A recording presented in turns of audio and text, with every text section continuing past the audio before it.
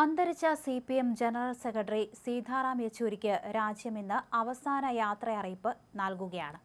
യെച്ചൂരിയുടെ വസതിയിലെത്തിച്ച മൃതശരീരം രാവിലെ 11 മണിക്ക് CPM ദേശീയ ആസ്ഥാനമായ AKG ഭവനിലേക്ക് കൊണ്ടുപോകും. തുടർന്ന് പൊതുദർശനം ഉണ്ടാകും. വിവിധ രാഷ്ട്രീയ പാർട്ടി നേതാക്കളും പൊതുജനങ്ങളുമെല്ലാം യെച്ചൂരിക്ക് ആദരാഞ്ജലികൾ അർപ്പിക്കും.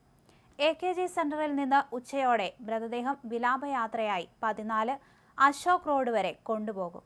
വൈകിട്ട് 5 മണിയോടെ മൃതദേഹം മെഡിക്കൽ പഠനത്തിനായി ദില്ലി എയിംസിന് കൈമാറും.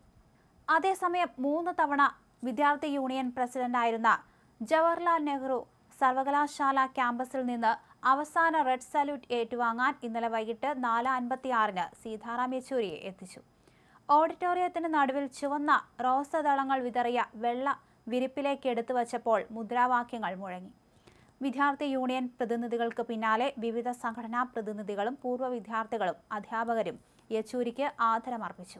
വൈകിട്ട് 6-ന് ഡൽഹി വസന്ത് കുഞ്ചിലെ വീട്ടിൽ പൊതുദർശനത്തിനെത്തിച്ചു. ശ്വാസകോശ അണുബാധയെ തുടർന്ന് കഴിഞ്ഞ മാസം 19 മുതൽ എയിംസിൽ ചികിത്സയിലായിരുന്നു. നില വഷളായതോടെ ഏതാനും ദിവസം മുമ്പ് വെന്റിലേറ്ററിലേക്ക് മാറ്റുകയായിരുന്നു. വ്യാഴാഴ്ച ഉച്ചകഴിഞ്ഞ് 3:03-നായിരുന്നു അന്ത്യം സംഭവിച്ചത്. അദ്ദേഹത്തിന്റെ ആഗ്രഹപ്രകാരമാണ് വൈദ്യപഠനത്തിനായി എയിംസിന് വിട്ടു നൽകുന്നത്. ആന്ധ്രാപ്രദേശിലെ കിഴക്കൻ ഗോദാവരി സ്വദേശിയായ സീതാറാം യെച്ചൂരി 1952 ഓഗസ്റ്റ് 12-ന് മദ്രാസിലാണ് ജനിച്ചത്. സർവേശ്വര സോമയാജി യെച്ചൂരിയുടെയും ഭാര്യ കൽപ്പികയുടെയും മകനായിരുന്നു. ദില്ലി സെന്റ് സ്റ്റീഫൻസ് കോളേജിൽ നിന്ന് സാമ്പത്തിക ശാസ്ത്രത്തിൽ ബിരുദം നേടിയ ഇദ്ദേഹം JNUവിൽ നിന്ന് സാമ്പത്തിക ശാസ്ത്രത്തിൽ ബിരുദാനന്തര ബിരുദം നേടി. JNUവിൽ വെച്ച് കമ്മ്യൂണിസ്റ്റ് പാർട്ടിയിൽ ആകൃഷ്ടനായി. 1974-ൽ SFIയിൽ അംഗമായി 3 വട്ടം JNU സർവകലാശാല യൂണിയൻ പ്രസിഡന്റായി. JNUവിൽ PhDക്ക് ചേർന്നെങ്കിലും അടിയന്തരാവസ്ഥ കാലത്തെ ഒളിവ് ജീവിതം മൂലം പൂർത്തിയാക്കാനായില്ല.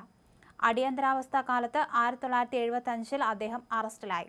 1978-ൽ SFIയുടെ ദേശീയ ജോയിന്റ് സെക്രട്ടറിയായി തെരഞ്ഞെടുക്കപ്പെട്ടു. 1986-ൽ SFI ദേശീയ പ്രസിഡന്റായി. 1984-ൽ 32-ാം വയസ്സിലാണ് CPM കേന്ദ്ര കമ്മിറ്റി അംഗമായത്.